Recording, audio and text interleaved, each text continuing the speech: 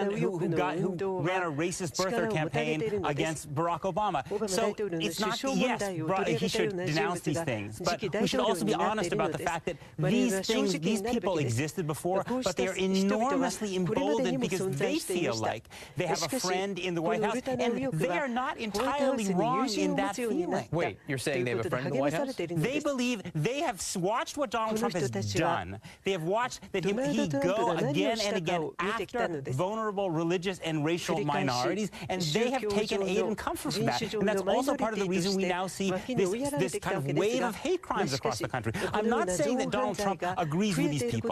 I am saying that he has done specific things that have made it much easier for them to operate. Ruth, is it Donald Trump's fault? Is Donald Trump a friend of the alt-right? Well, I think that Peter's right that Donald Trump's candidacy has given them energy. And by the way, they're not conservative. I mean, they're isolationists, they're not for free trade, and they're not pro-life. They actually have this Nietzschean worldview that is the opposite of my version of conservatism. But I also agree with Peter that you can't exactly blame Donald Trump. I think what he should do is say what Ronald Reagan said in 1984. Many people are welcome in our house, but not the bigots. I think he needs to call them out. He needs to do more. But I would say one more quick thing. There were 200 people in that room, maybe 300. So it's horrible. I denounced them. But a couple hundred people, you know, this isn't exactly a huge from the Reagan building, which is a few blocks from the White House. Right.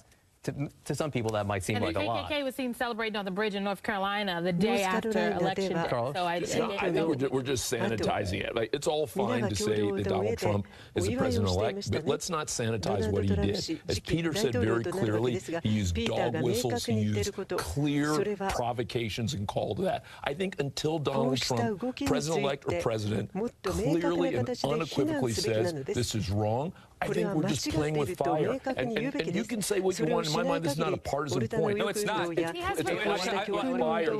And he hasn't. And he hasn't come strongly on that. And we know he's a guy who can come strongly. President-elect Trump has repeatedly denounced racists more than any candidate in this race.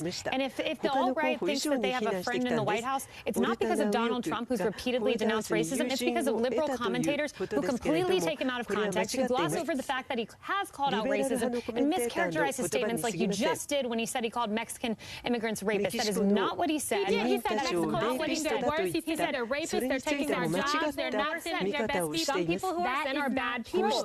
By not taking out the nuance of his statement and engaging in categorical, broad sweat, inaccurate statements, the reason these people think they have a friend in the White House is because liberal commentators like with all due respect, I really don't think that's why they think they have a friend.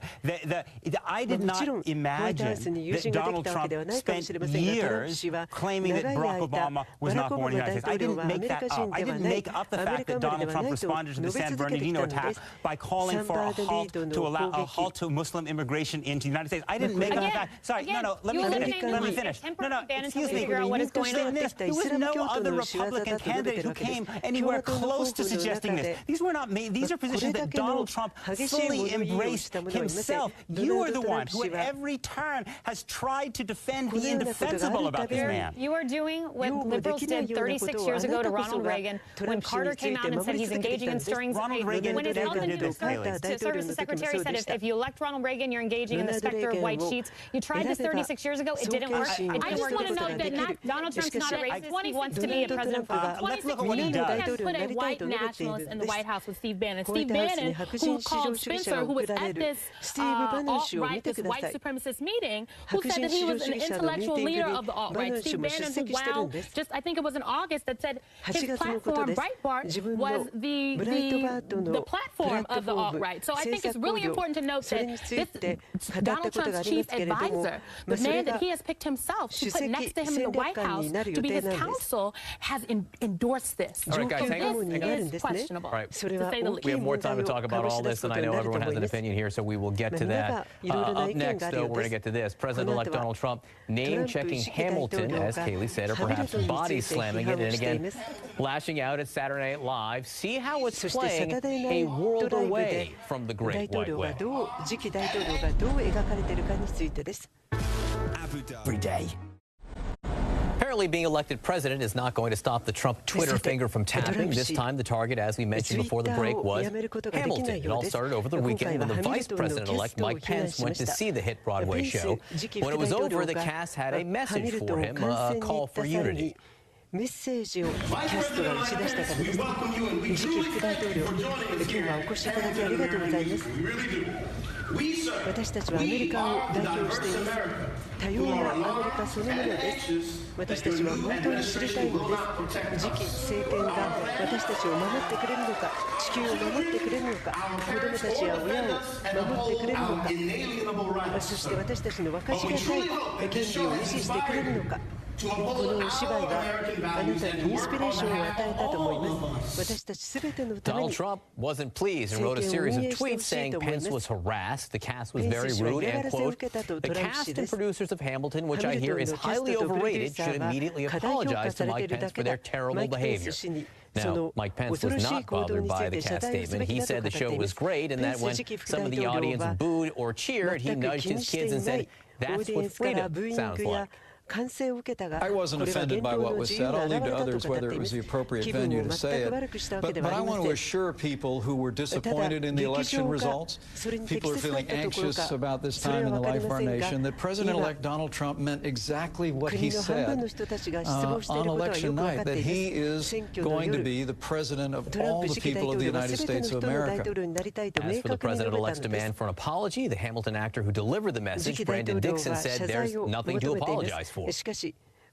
We are here together, and we need to listen to one another and speak with one another. And those of us who feel like maybe their voice has been marginalized or might become marginalized, it's important that they recognize that there are allies all over the place. You know, this could be just the kind of publicity this little show needs to get off the ground. Ever since Election Day, we've been reaching out to voters across the country, getting their take on Donald Trump, his plans, and the daily controversy surrounding him as president-elect. Tonight, the Hamilton fracas, as seen just south of Atlanta. Our Gary Tuckman reports. In places like Coweta County, Georgia, where Donald Trump did very well on Election Day, there is great awareness of Trump, his Twitter account, and the Broadway musical Hamilton. Donald Trump spent so much time campaigning and talking about being tough on tyrants, tough on terrorism.